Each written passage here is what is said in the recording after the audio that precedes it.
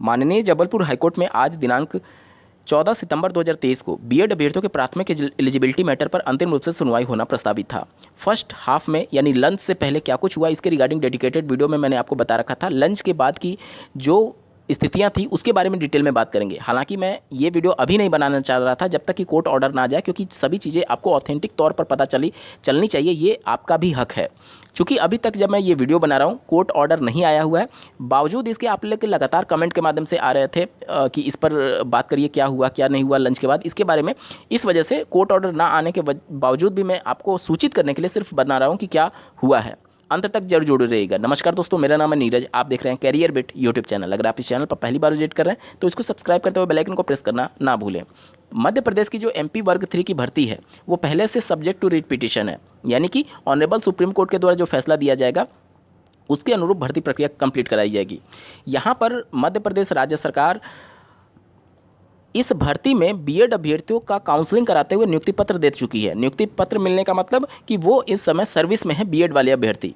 अब चूंकि ये सब्जेक्ट टू रीट पिटीशन था, इस वजह से जब 11 अगस्त 2023 को फैसला दिया जाता है बीएड के अगेंस्ट में, तो एमपी के जो डीएड वाले अभ्यर्थी हैं वो माननीय जबलपुर हाईकोर्ट का दरवाजा खटखटाते हैं उस कोर्ट ऑर्डर को लेकर के कि जो सुप्रीम कोर्ट है वो हमारे फेवर में फैसला दी है, इसलिए बीएड अभ्यर्थियों का जो नियुक्ति पत्र इशू किया गया था उसको कैंसिल किया जाए और उसकी जगह पर डीएलएड वाले अभ्यर्थियों को शामिल किया जाए भर्ती प्रक्रिया में।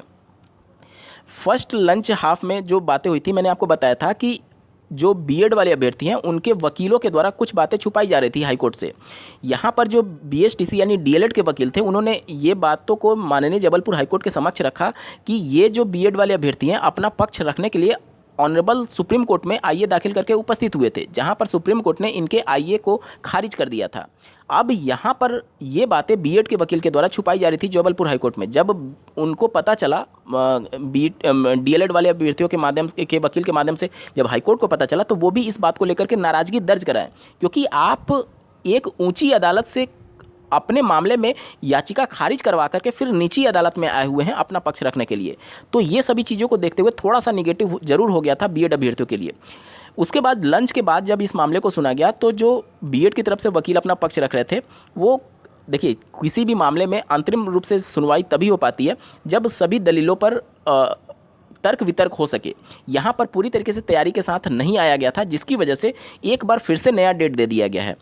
अगली बार 4 अक्टूबर 2023 का डेट सुनिश्चित किया गया हाईकोर्ट के द्वारा और ये अंतिम ऑर्डर के लिए डेट सुनिश्चित किया गया है। मतलब कि इसके पहले भी जब 28 अगस्त 2023 को मामले को सुना जा रहा था जबलपुर हाईकोर्ट ने, तो उन्होंने उस समय भी कड़ी आपत्ति दर्ज कराई थी कि आप पूरे केस का अध्ययन करके आएंगे और अंतिम बार ये फैसला मतलब मामला सुना जाएगा आज के दिन 14 सितंबर को। आज भी यही मामला हुआ है लंच के बाद कि पूरे मामले को एक तरीके से घुमाने की कोशिश की जा रही थी, पूरी तर्क वितर्क नहीं हो पा रहे थे। इस वजह से एक नेक्स्ट हियरिंग के लिए डेट दिया गया है और वो अंतिम डेट बोला गया है। इसके बाद से कोई भी अगला डेट नहीं दिया जाएगा, यानी कि जो भी होगा वो फाइनल हियरिंग होगा अगली बार, ठीक है। क्योंकि यहाँ पर कुछ वकीलों के द्वारा सही से तर्क वितर्क या फिर सही से आंकड़ों को नहीं रखा गया, सही से बातों को नहीं रखा गया, जिसकी वजह से उनके द्वारा रिक्वेस्ट किया गया कि हमें अध्ययन करने के लिए थोड़ा सा और समय चाहिए। इस वजह से एक नेक्स्ट डेट दे दी गई है 4 अक्टूबर 2023 का। अब 4 अक्टूबर 2023 अंतिम तिथि है जब इस मामले को फाइनल कर दिया जाएगा, क्योंकि राज्य सरकार का अपना कोई स्पष्ट एक तरीके से स्टैंड नहीं है। वो सुप्रीम कोर्ट के चूंकि फैसले के जजमेंट के आधार पर ये पूरा भर्ती प्रक्रिया हुआ है, तो वो तो बिल्कुल क्लियर है कि सुप्रीम कोर्ट जो फैसला देगी उसके आधार पर हमारा होगा। बीएड की तरफ से अपना पक्ष रखा जा रहा है और डीएलएड की तरफ से अपना पक्ष रखा जा रहा है। तो यहाँ पर मेन जो है राज्य सरकार का स्टैंड बिल्कुल क्लियर है कि जो भी कोर्ट आदेश देगी हम उसके अनुरूप करेंगे। बीएड और डीएलएड की आपस में लड़ाई चल रही है कि बीएड वाले ये कह रहे हैं कि हमें चूंकि ये पहले का नोटिफिकेशन है इसलिए हमको शामिल किया जाए, जबकि डीएलएड वाले कह रहे हैं कि ये सब्जेक्ट टू रीट पिटीशन था, जब सुप्रीम कोर्ट ने फैसला दे दिया तो भले ही आपकी नौकरी लग गई है तो आपको बाहर करके डीएलएड वाले अभ्यर्थियों से बढ़ा जाए।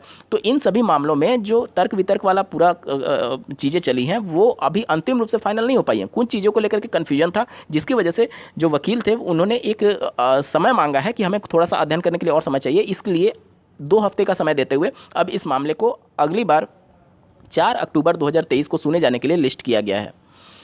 इस वीडियो को देखने के लिए आपका बहुत बहुत धन्यवाद। भगवान करे आपका दिन शुभ हो।